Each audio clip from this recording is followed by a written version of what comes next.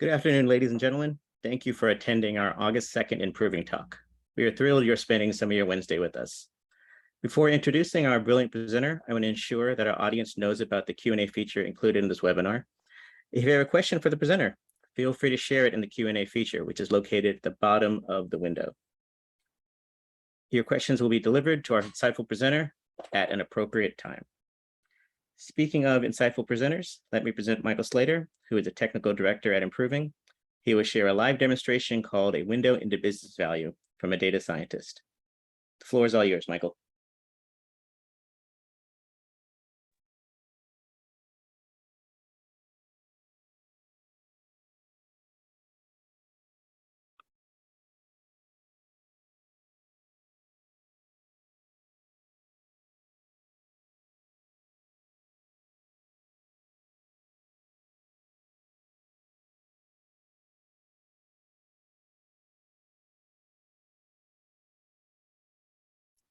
The floor is all yours, Michael. All right. Thank you, everyone, for coming. So today we're talking about a window into business value from a data scientist. So basically today, I'll be developing a machine learning model, but I'll be doing it in a way that's talking about a small business problem that I'm solving and going through my thought process as I perform data analysis, data cleanup, and seek to get outcomes that I can give back to a marketing department to achieve a real business value outcome to enable the marketing team to do something cooler. So here we go. About me. Michael Slater, I'm technical director at Pruning.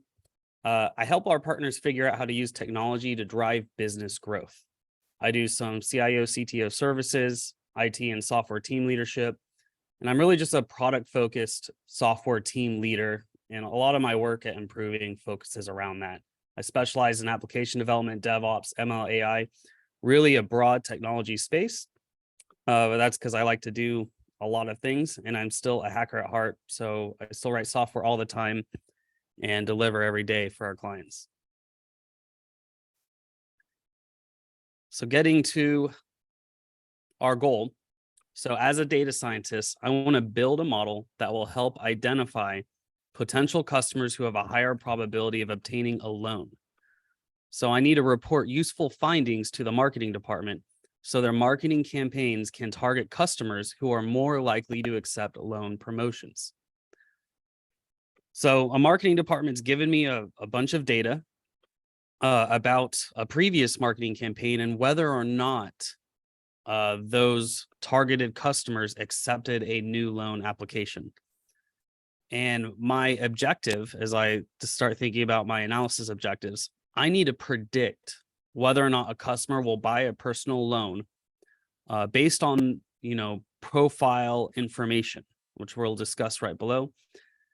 Then once I've done good predictions, I need to figure out which target parameters are the most significant in determining the prediction, which will in turn help determine which segment of customers could be targeted more to increase the turnover of loan acceptance. Now, this is a open source data set from kaggle.com. I can click on it here. You can, Google it yourself, TheraBank personal loan modeling. And so feel free to come to this data set later and try and do your own analysis. It's a lot of fun. The first thing I like to do is I create a data dictionary. And this is making sure I understand all the parameters of data inside the data set and what they mean. Like what units of measurement are they in? Are they numbers, categories, or strings? And try and analyze what they may or may not do in the performance of machine learning models so I can solve this problem. So we have age in years, experience, which is the number of years of professional experience, income, which is annual income in thousands of dollars. So that may look like 50, which will be $50,000. Zip code is their home address zip code. Family is the family size of the customer. CC average, which is the average spending on credit cards per month. So we'll have an idea of how much they're spending every month. Their education level from undergrad, graduate, or advanced professional degrees. Mortgage, which is the value of a house mortgage, if any. That if any is kind of a funny disclaimer. We'll go over that. And then whether or not they have a securities account, a certificate of deposit account. Do they use online banking? Do they have a company or a bank issued credit card? And then the final parameter is the personal loan. Did they accept a loan in the last campaign? This is really important, as if we're going to do a supervised machine learning model, we have to train off of a previous data set where we already know the answer. That way we can train the model to make predictions on new data where we don't know the answer. Now, I'm going to be going through Python code as we go through this, but keep in mind this presentation is not about the code that you see in front of you. The code's to really just give you a window on what it looks like that a data scientist or a machine learning engineer has to program. But a lot of what I'm going to be talking about is in context of why I'm doing it and why it's important to solve the problem. So feel free to nerd out on what you see here, but listen closely because I have to go into a lot of thinking about why each line may be important to solve a problem. So I'm going to load our data set here. You can see I'm data set loading, loan modeling TheraBank. I've already got it saved in my Azure Machine Learning Studio workspace. That's what we're using today. It just lets me do data science on the cloud, so I don't have to run it on my laptop, which would be much slower. The first thing I like to do is sample the data in the data set just to get a bird's eye view of what each piece of data looks like. So there's an ID column, which maybe is some primary ID, perhaps in the banking database of every customer. It looks like it's just numeric.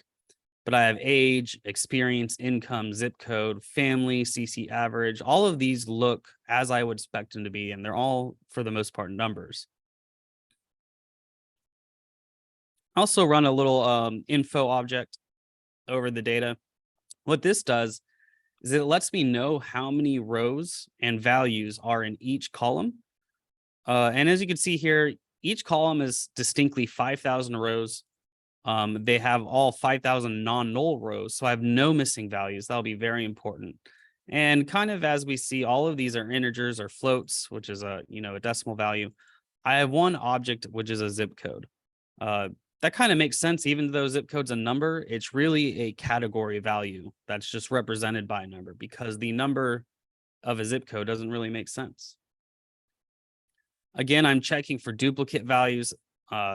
You want to make sure that your data isn't overrepresented with duplicate values. We only want real values. And again, I ran another function just to double check for nulls.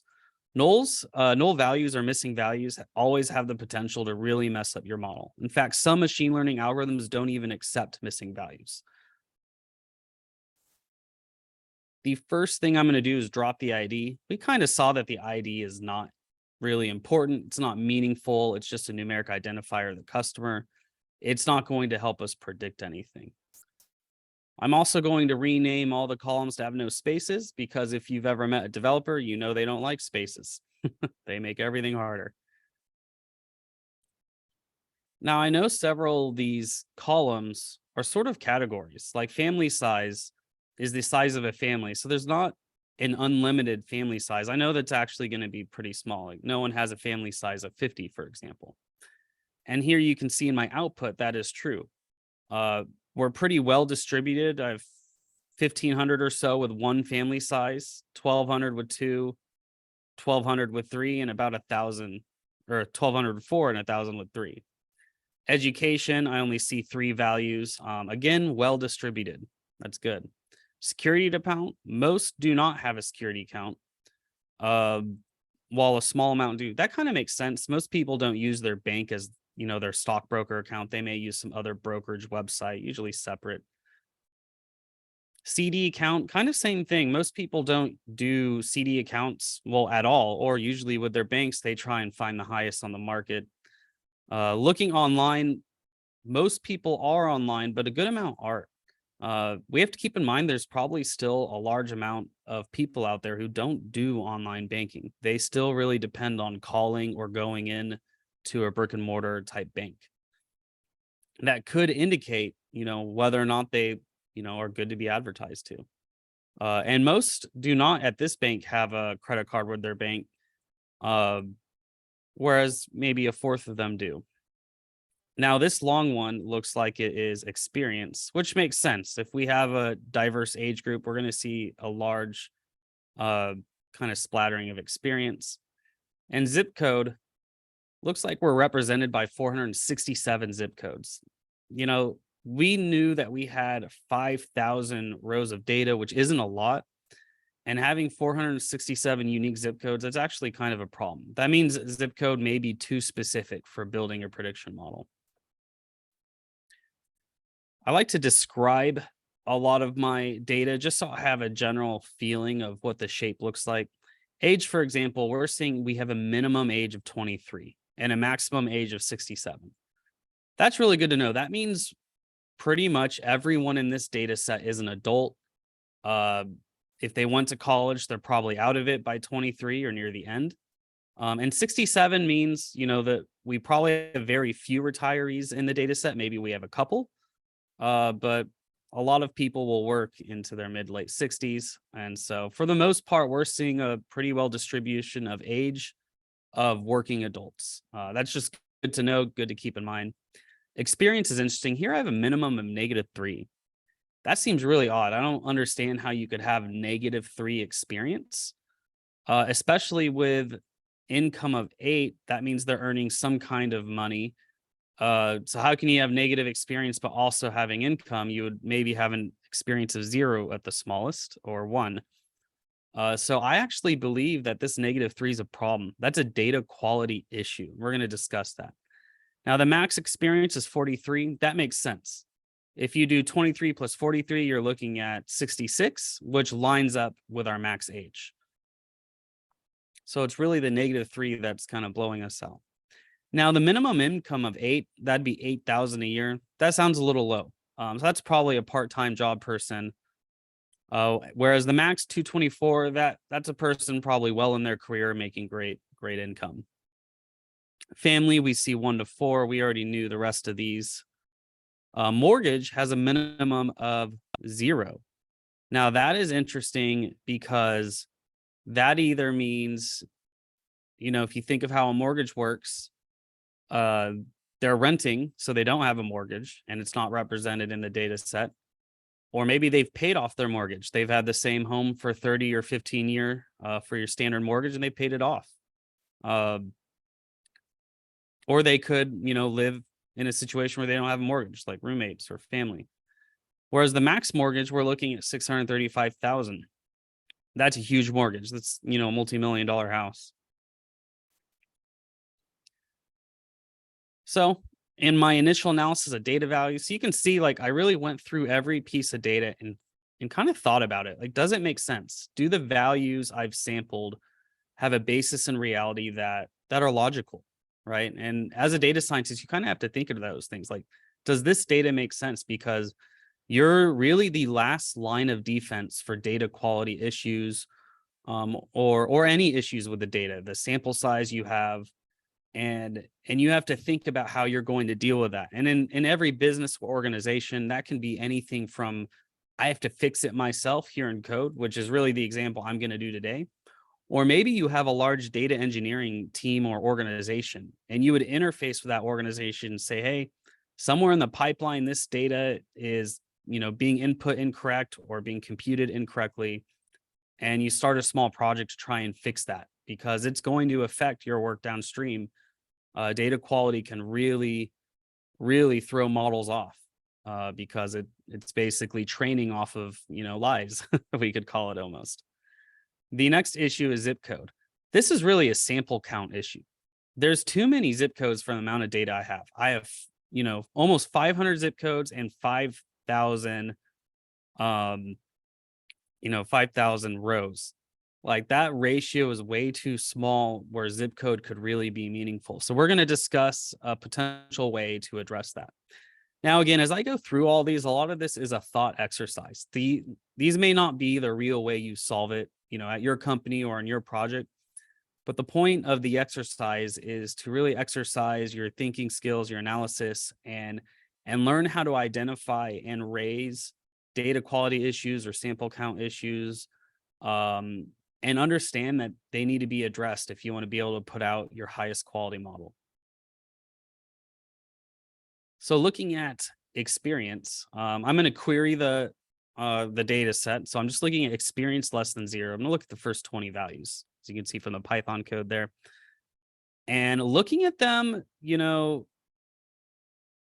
I see like index 909 has a -1 experience, but they have an income of 149. That's a really high income. They have a decent credit card average, so they must be spending a lot. They have an education of an undergrad degree, and they have a mortgage. Now, it just doesn't logically make sense that a person could have a mortgage, a high-paying job. They spend a lot of money every month. They're young. They're 23 years old, so they're probably living it up, honestly. Let's see, how's their family size? Family size of 1, so yeah, they're living it up. But it doesn't compute that -1 experience. And just looking at the rows, you can kind of, really come to the conclusion that something's just wrong with the data. And, in this example, considering the majority seem to be young in age, in their 20s, and the experience values are -1 and -3, I'm going to make the assumption that this is a data entry error with an accidental negative sign. So somehow in the entry of this data, a negative sign was included. So to fix that, I'm going to fix it locally. That means I'm going to take the absolute value of experience at all times. So anytime experience is negative, I'm going to take the positive value, just flip the sign. So here you can see that in Python, I'm applying a inner function, and ABS is just a mathematical function, the absolute value of all experience values. And then I'm going to query to make sure it worked. And it looks like I got 5,000 experience values. That's definitely what we expected. And back to this question right here, how would you solve this data quality issue in a real organization, right? And so maybe this data set was an Excel dump from the marketing department. I would just go talk to them, be like, hey, I see a couple of negative values in experience.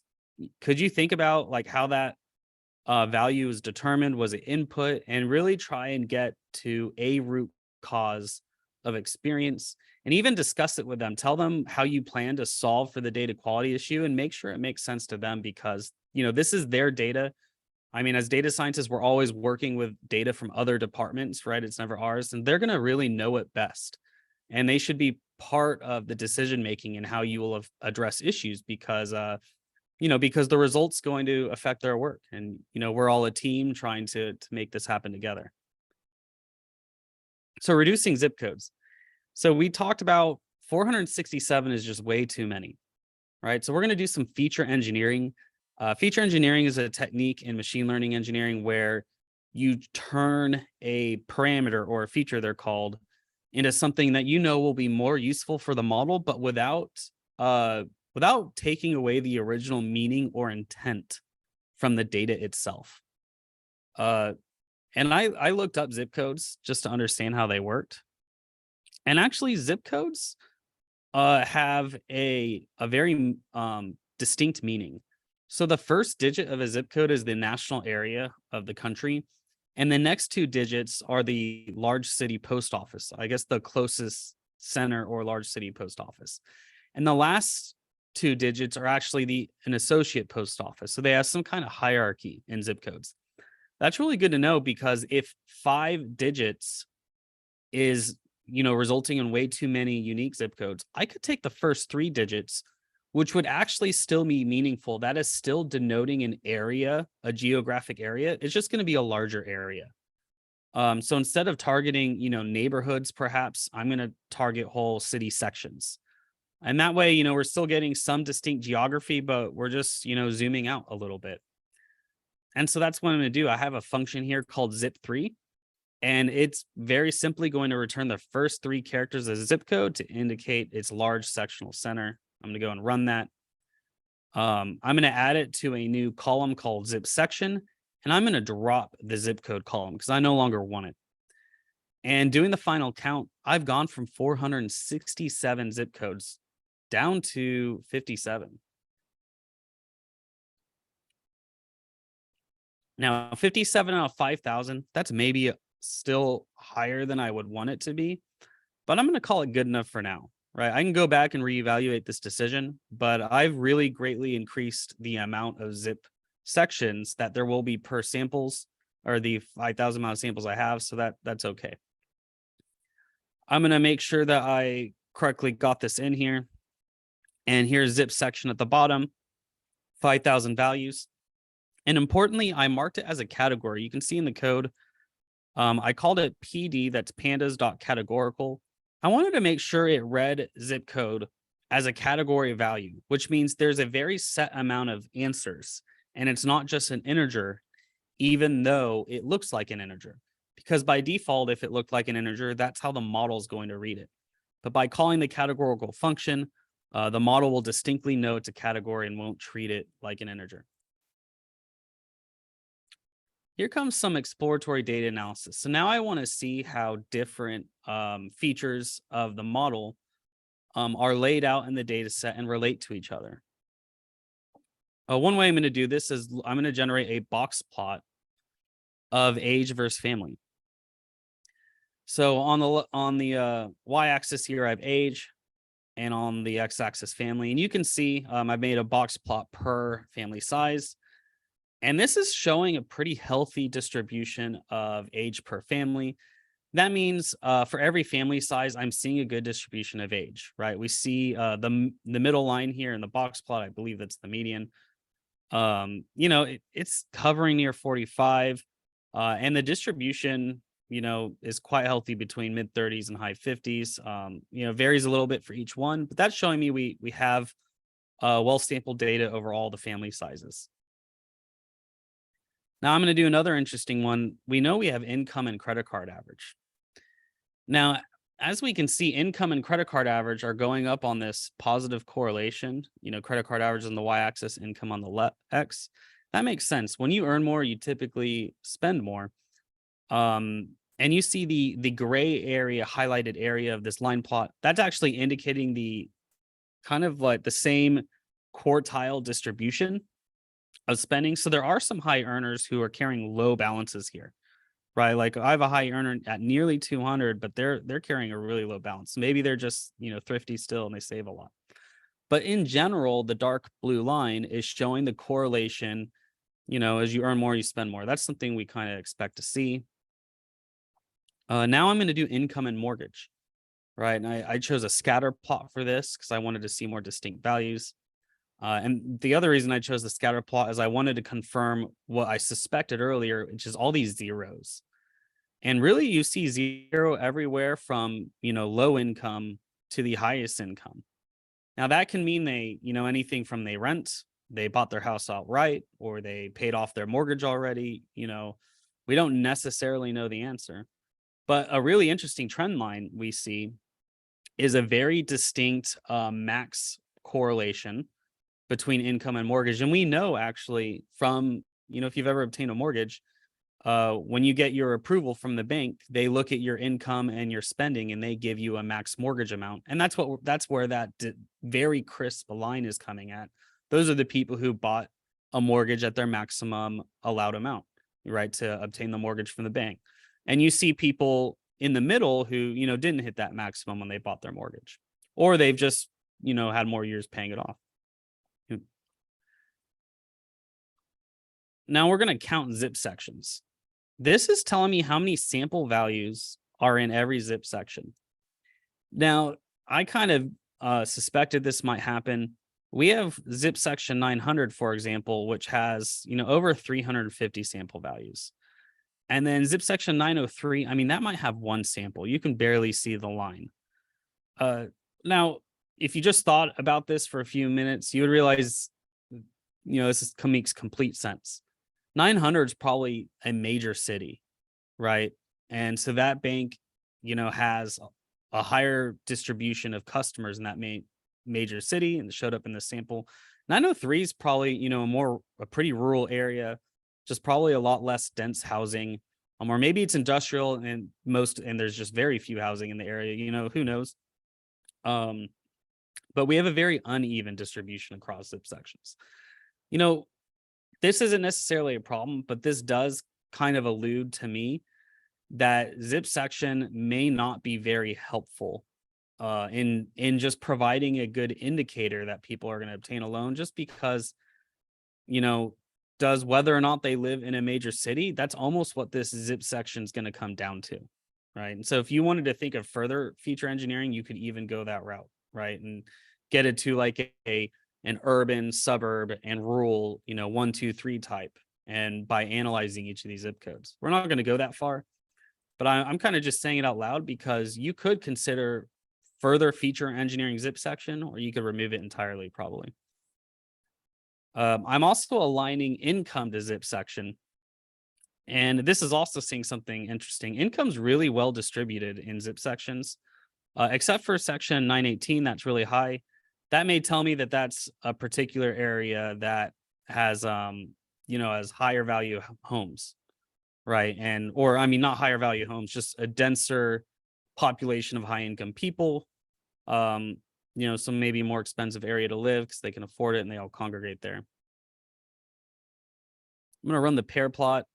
The pair plot's interesting. It gives you, a plot per parameter against every other parameter.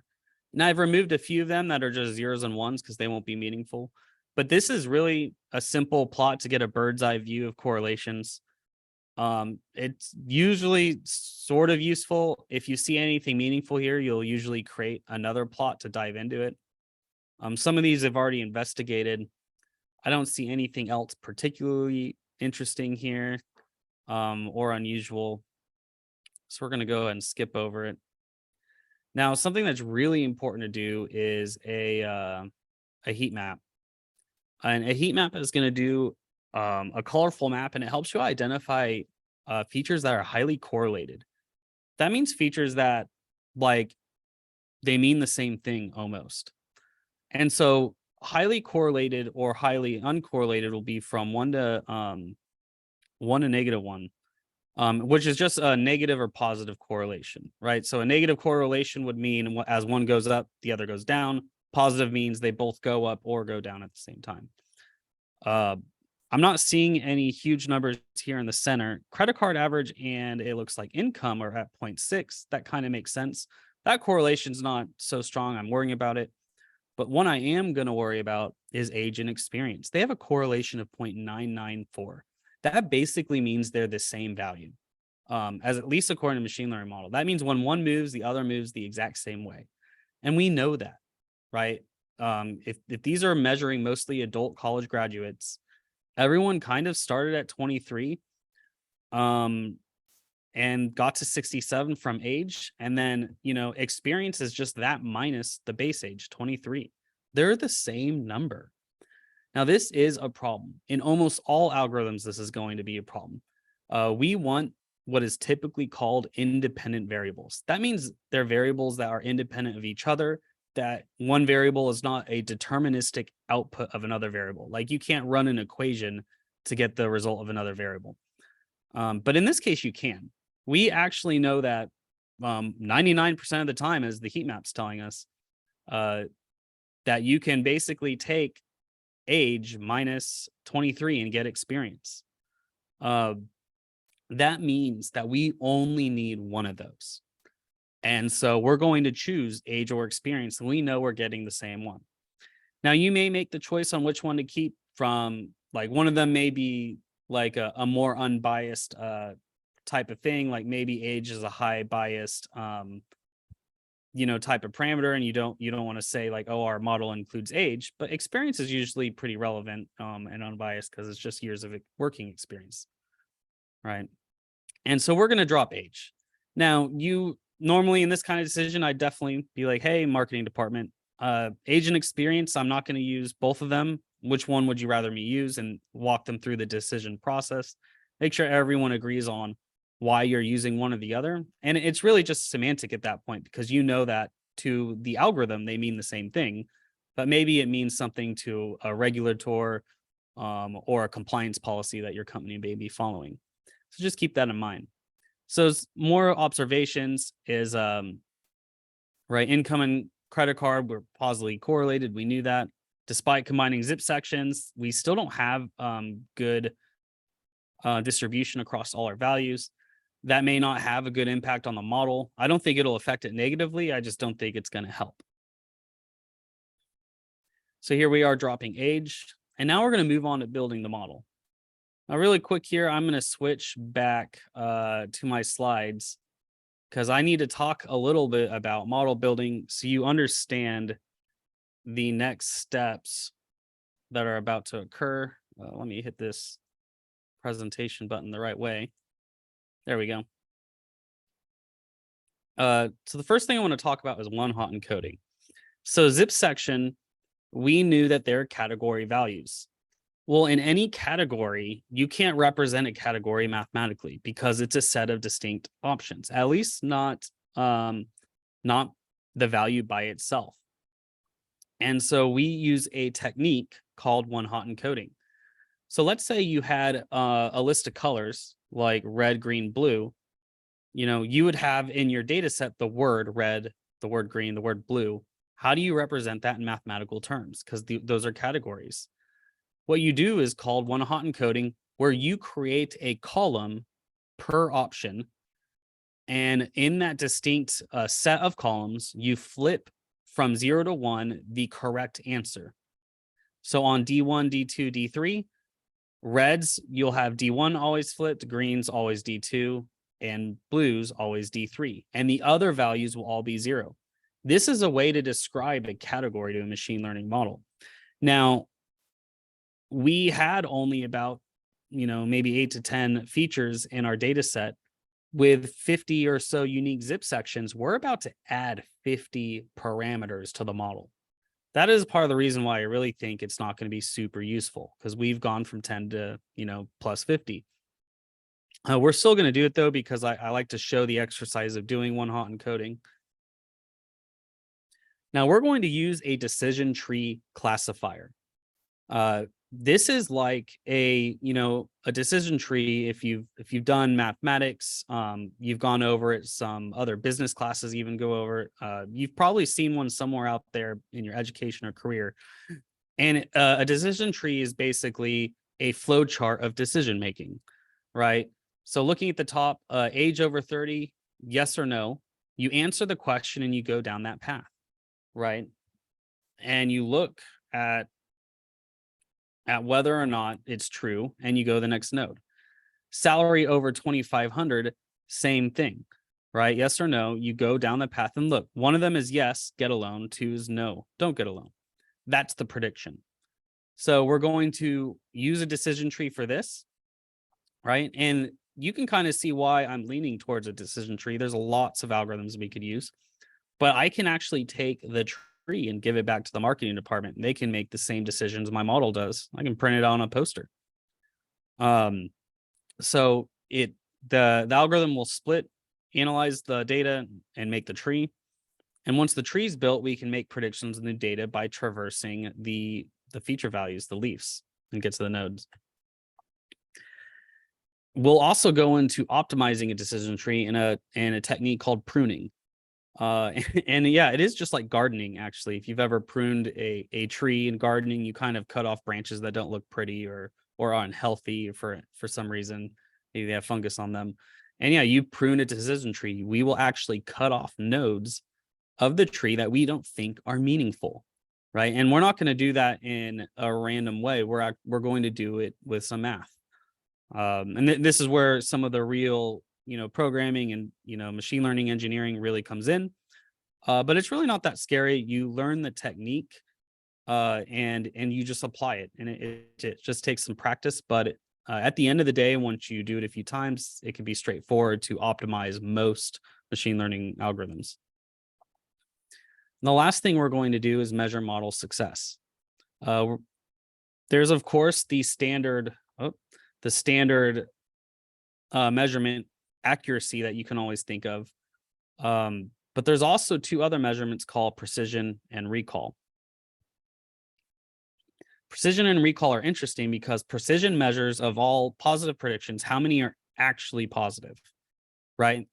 And that's where we look at this decision table, right? When we have a prediction can be right because it's, a true and it's positive. Like we predict it's true and it is true. And we can also be correct if we predict it's negative and it is negative. But there's two ways to be incorrect when it comes to machine learning model. One way we can be incorrect is if we predict it is true, but it is actually negative. And another way we can be incorrect is if we predict it is negative and it is actually true. And the difference between those is really, really important because it could be the difference between complete failure and, utter success, like failure and success. You could like make an amazing model or make the worst model ever, depending on which one of these you optimize. And I'm going to give you an example why, and we're going to talk about, when we do, let's say if there's a machine learning model in disease detection. If you're doing a machine learning model in disease detection, let's say for this particular disease, only 1% of the population ever gets the disease, right? And so let's say we test 100 people. Well, 1% of the population would mean only one person would statistically have that disease. Now, accuracy measures how accurate we are, which is just how, times we predict it correctly. That will mean that if we predicted false, you do not have the disease for all 100 people, we would have only been wrong one time and we'd have an accuracy of 99%.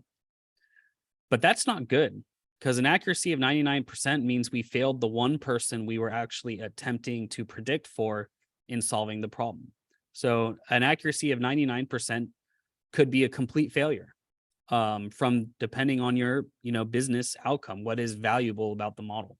So you really need to think about how you measure the success of your model. And that's where precision and recall really shine.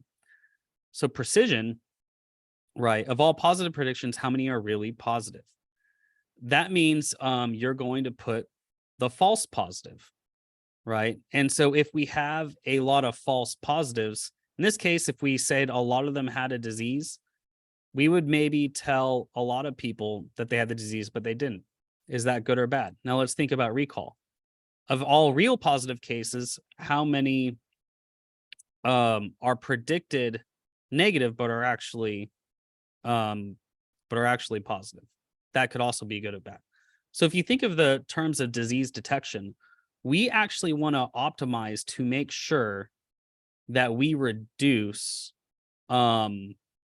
we need to reduce, let's think about it. We want to catch the one person who has the disease, and it's okay if we have a few false positives. We don't mind false positives because that just means maybe they have to go on to a more expensive screening process. They have to get one more checkup. That's not about outcome when you consider that they'll still get the news they don't have the disease, but we'll at least flag the person who did, and they'll go to the next, level of screening or treatment. That means we want to optimize, I think, for recall. Someone could correct me if I thought about wrong in chat, but that means we would want to optimize for recall. And you can, go through that logical process of thinking about why one outcome is better than the other in your business process and realize there's a very real decision that makes or breaks your analysis here when it comes at least to a classification measurement of success. Now, just going over the basics of model development, we've gathered data here on the top left side. We've prepared our data. Now we're going to go into the actual model development. We're going to train the model. By the way, training the model is like 3 lines of code. It is not very climatic. But then we're going to test it. We're going to look, is it more accurate? This is more accurate because we're going to make a lot of models actually, and we're going to compare them to each other, and we're going to find the most accurate one. And you can substitute the word accurate there for whatever optimization you're going for. You're going to update the weights and biases or adjust the hyperparameters. You're going to record all the results. And you're going to do this over and over again iteratively until you're happy with your results and pick your best model. So let's go ahead and jump back to the code here.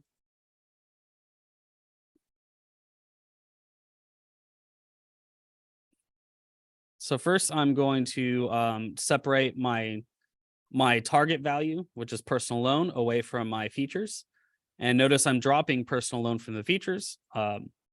This get dummies function, that actually is the shortcut method to do the one hot encoding. And as you can see, I have a lot of zip sections here. So every zip section got one hot encoded, and there's, all of them are going to have a 0 value except for the actual zip section we're displaying. And just to show you that in practice, here are all the zip sections with zeros, and we'll scroll and scroll. I mean, eventually we'll see a 1. There's a 1. So this particular row has zip section 947, and all the rest of its columns will have a 0.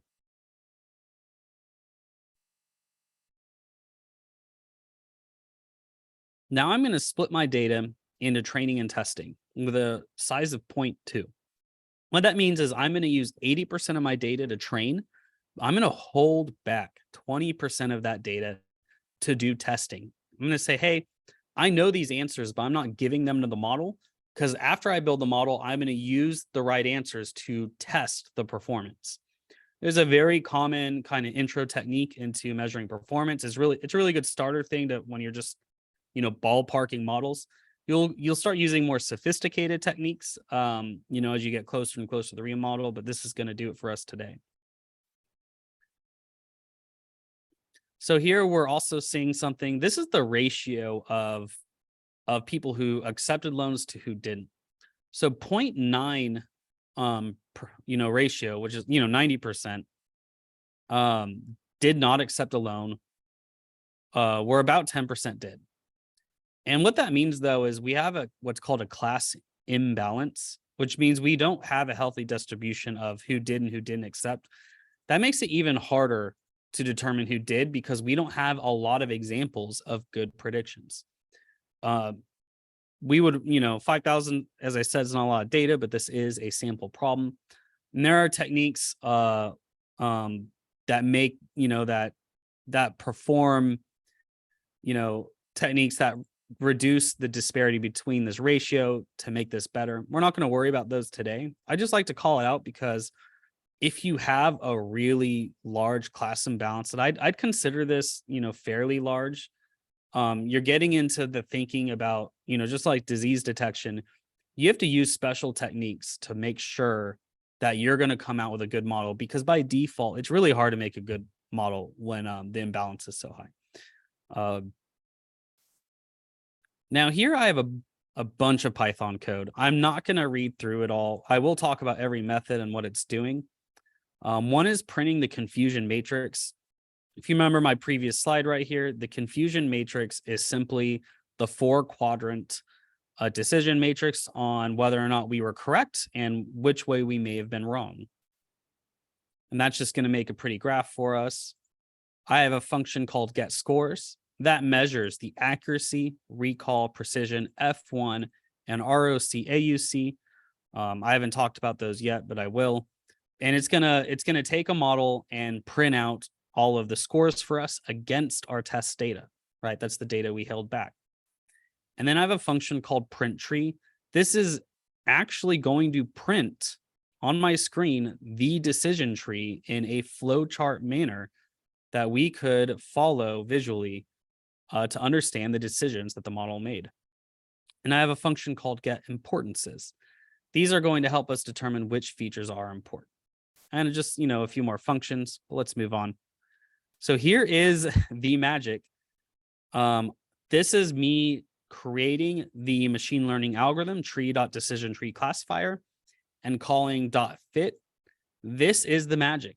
All in this 4 lines of code, that just built and trained our machine learning model. We're done. Well, we're done training the first basic one, as you see from my variable name.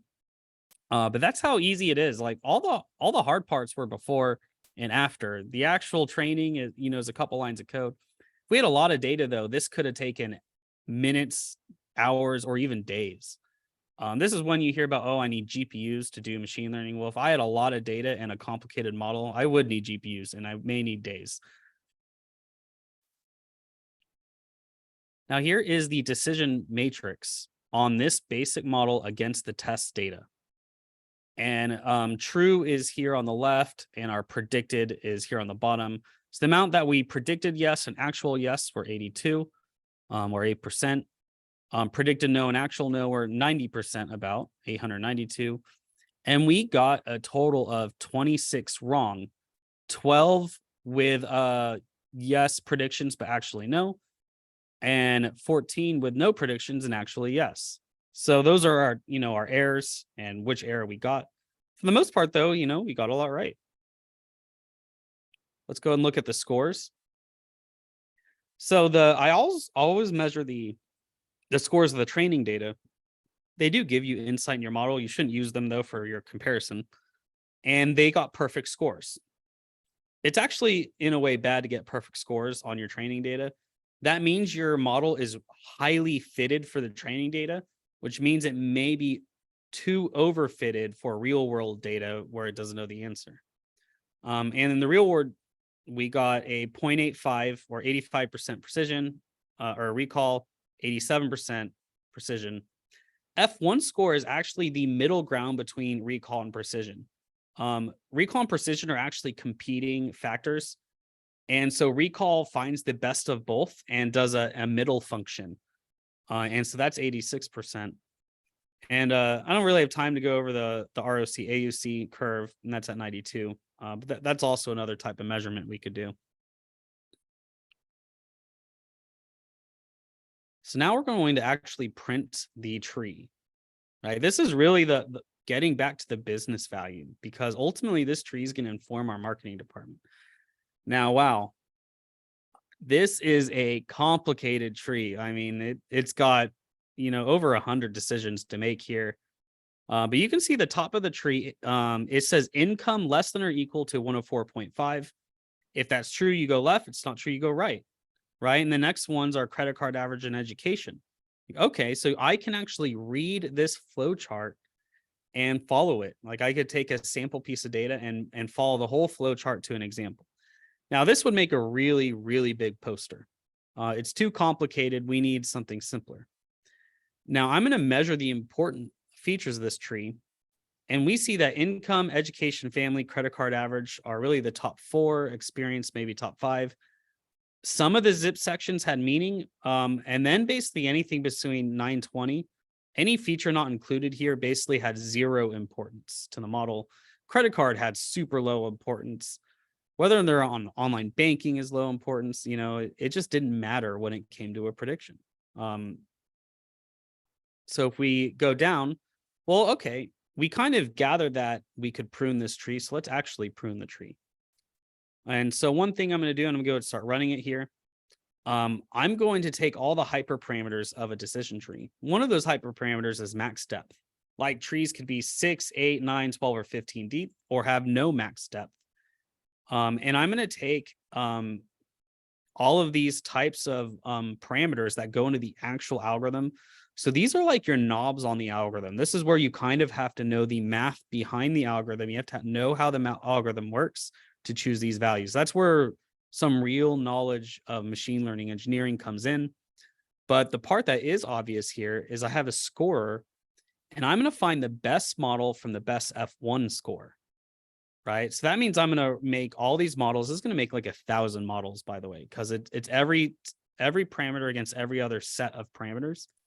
And I'm going to find the one with the best F1, the absolute best. And you can see here, tree pre-prune equals best estimator. And here's just a bunch of errors. A bunch of the trees failed, probably divide by 0 problems, things like that. Here we go. I'm going to hit play here. Output is, I just had to click on it. I'm going to print the matrix, and I'm going to get the scores. Now, the test scores between the basic, which is the top 2, and the scores of the prune or the bottom. So I got F1 from 86% to 95%. And that model also had much higher precision at 96 and recall at 93 versus those scores in the 80s from my basic tree. And here it even printed out, if you're curious, the best parameter options of the decision tree classifier. The notable one is a max depth of 6. It's basically saying, hey, the tree needs to be shallow to be better. And that makes sense. That means we're going to make a faster decision, so we're going to have good model performance. Here's our decision matrix. We only have 9 incorrect options. Before we had, 20 or so. And so we've really, really built a better model just by doing this pruning technique. And now I'm going to print that tree out. And look, we now have a simple, let me see if I can zoom out a little. We have a simple tree that I could easily print on a poster and stick it in the marketing room. Be like, hey guys, here's your answer. This is how you market. You're going to know, based on these blue leaf nodes, those are your yeses. These dark orange are the no's. Those blue nodes are the people you want to market to because they're highly likely to say yes to something. And looking at those features themselves on top of the flow chart, it is education, income, family, credit card average, CD account, and mortgage. Really, I would just go for the top 3 or 4. I mean, education, income, family, credit card average. Those are the 4 things you need to know for most of the sample to know if they'll say yes or no to the loan. Right. And that really is what we can deliver. And there's some other techniques I have below here on pruning. I'm not going to go into them because we're starting to hit our time box. But I hope you learned something today. We have the flow chart, right? So we know the first decision is whether or not their income is less than or equal to 116. Then we talk about credit card average or education, and we find those yeses or nos. We can make a very simple flow chart. We can make a couple if-else statements in an Excel document to help them build their marketing list, right? And that is now what I can take back to the marketing department and say, hey, here's how to greatly increase your loan acceptance rate so you can spend the same amount of marketing dollars and get way better results just because we're going to cherry pick who we market to by how likely they are to accept these loan offers. That way we get more bang for our buck. Everyone wins here. You look like you just helped make the bank a ton of money. The marketing department looks good because they're going to put out a fantastic marketing campaign. And you learned something about your customers, right? You learn who needs loans because people aren't just, taking loans for no reason. For some reason, this combination of factors may mean that for a reason they need a personal loan, right? Maybe they're doing a home remodel. Who knows what they're going to do with that money? But they're likely to take it.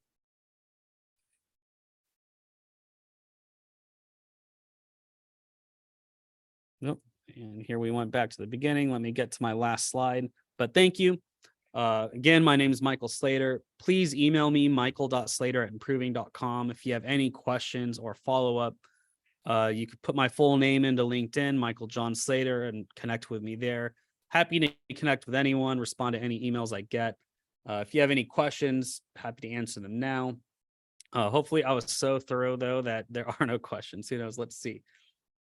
Michael, we had some difficulty with the chat, so maybe they will hit you up. All right. With some questions. But thank you all for attending today's Improving Talk. And Michael, thank you for sharing a window into business value for a data scientist. Improving appreciates your dedication and your generosity to the IT community. The recording of this session will be available the next business day. Locate the session from Improving's virtual events page to view the recording. And while you're at the Improving's virtual events page, be sure to register for future Improving Talks. We hope you have a wonderful day.